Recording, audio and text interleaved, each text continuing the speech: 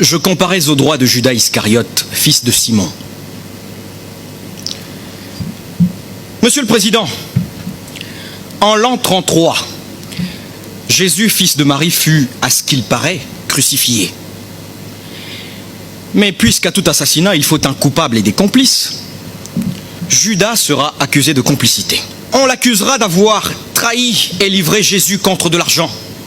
30 pièces d'argent pour être précis.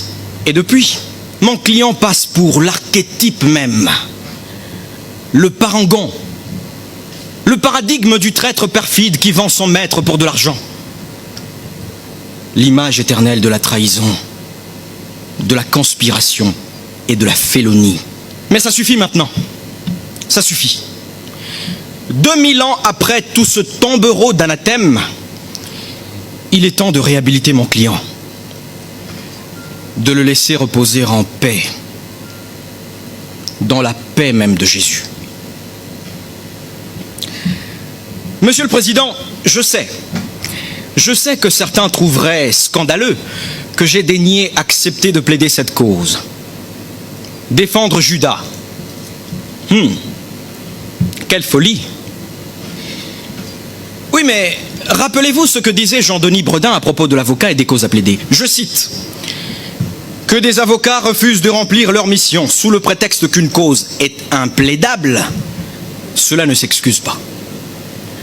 La seule justification de l'avocat, c'est d'essayer d'être, partout et toujours, la défense.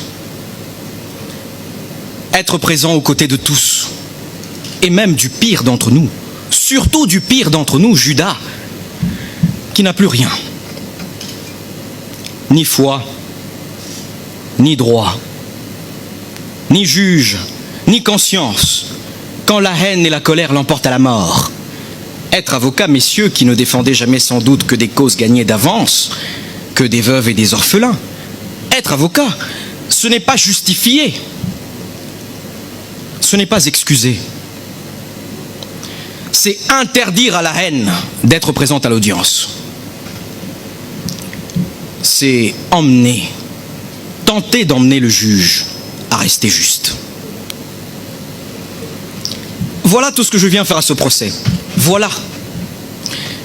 Porter la voix de Judas Iscariote, dire sa part de vérité et laisser les juges décider, dans le sens du droit et du juste. Monsieur le Président, honorable juge, depuis l'Antiquité, nous savons avec Sophocle que les hommes ne sont que les jouets des dieux, les jouets du destin. Oui, Sophocle avait tôt compris en effet que les hommes ne sont que des innocents contre lesquels les dieux dans leur caprice préparent des désastres. Désastres que souvent ils prennent même le soin de leur annoncer d'avance. Ainsi, vous le savez, les dieux avaient prédit le sort d'Œdipe. Il tuerait son père et épouserait sa mère. Or, Œdipe a tout fait pour éviter ce sort. Il a fui ceux qu'il croyait être son pays, ceux qu'il croyait être ses parents. Hélas, cette fuite n'a fait que le précipiter dans le sort même qu'il avait cherché à éviter. Oui, vous l'avez bien deviné, Monsieur le Président, le sort d'Œdipe, c'est le sort de Judas. En effet, alors que mon client n'était pas encore né, son destin fut déjà tout tracé. À ce propos, nous avons tous appris que pour sauver le monde, Dieu voulut envoyer son Fils sur la terre, qu'un plan fut méticuleusement conçu, que Jésus naîtrait d'une vierge, qu'il serait livré aux mains des pécheurs, qu'il mourrait et qu'il ressusciterait au 3e jour avant de retourner siéger à la droite de son Père. Pour matérialiser ce dessein, il fallut des acteurs. Un acteur pour le livrer, un acteur pour le renier, et d'autres pour fuir. Et tous ces acteurs, ce sera à Jésus de les choisir. Judas, mon client, a été attiré par les bonnes paroles professées par Jésus. Qui plus est, rassuré de l'honnêteté de Judas en matière d'argent, les apôtres feront de lui leur trésorier.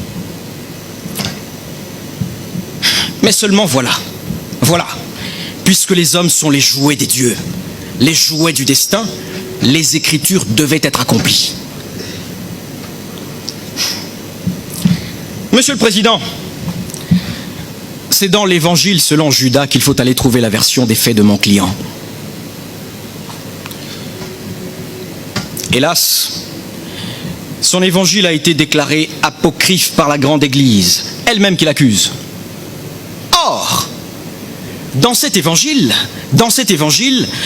Judas se présente comme celui qui a été choisi, élu par Jésus pour l'aider à mourir, en allant signaler sa présence aux Romains, afin que son sacrifice puisse avoir lieu.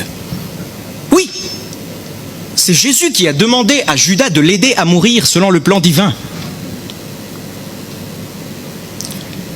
Mais Judas n'était pas le seul à devoir jouer un rôle dans ce plan du salut. Jésus avait voulu qu'il y ait aussi quelqu'un pour le renier. Et pas devant n'importe qui. Le renier devant une femme. Simon-Pierre sera choisi pour ce rôle. Or, vous le savez, Simon-Pierre a tout fait pour éviter de jouer ce mauvais rôle. Mais il l'a pourtant joué. Cela fut écrit. Il était même prévu qu'un coq chantât. Le coq a chanté. Voilà tout. Ah, j'allais oublier. Quant aux autres disciples qui n'avaient pas de rôle particulier à jouer, les Écritures avaient prévu qu'ils allaient simplement prendre la poudre des scampettes et abandonner Jésus. Et c'est ce qui se passa. Alors quoi? Alors quoi? De quoi parle-t-on? De quoi Judas est-il donc coupable? Et quoi? Imaginez un seul instant que Jésus ait dit: quelqu'un d'entre vous me livrera. Et on attend. On attend. Personne pour le livrer. Imaginez que Jésus ait dit: Pierre, avant que le coq ne chante, tu m'auras renié 3 fois. Et on attend. On attend. Rien. Pierre assume tout et ne renie rien. Imaginez que Jésus ait dit: tous seront dispersés. Et on attend. On attend. Ah, oui, Jésus, notre maître, aurait été discrédité. Notre Sauveur serait passé pour un grand menteur si les choses s'étaient déroulées de manière tout à fait différente du plan divin. C'est cela la vérité. Voilà.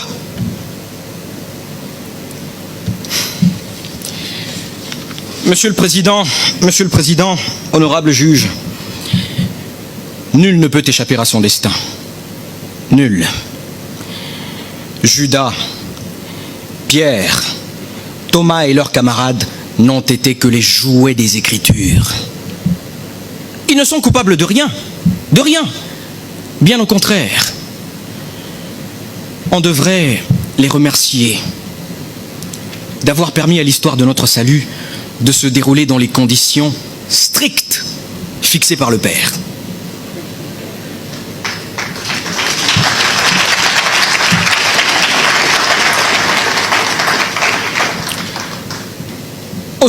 Aussi, ayant compris cela, Victor Hugo dit un jour: je sauverais Judas si j'étais Jésus-Christ.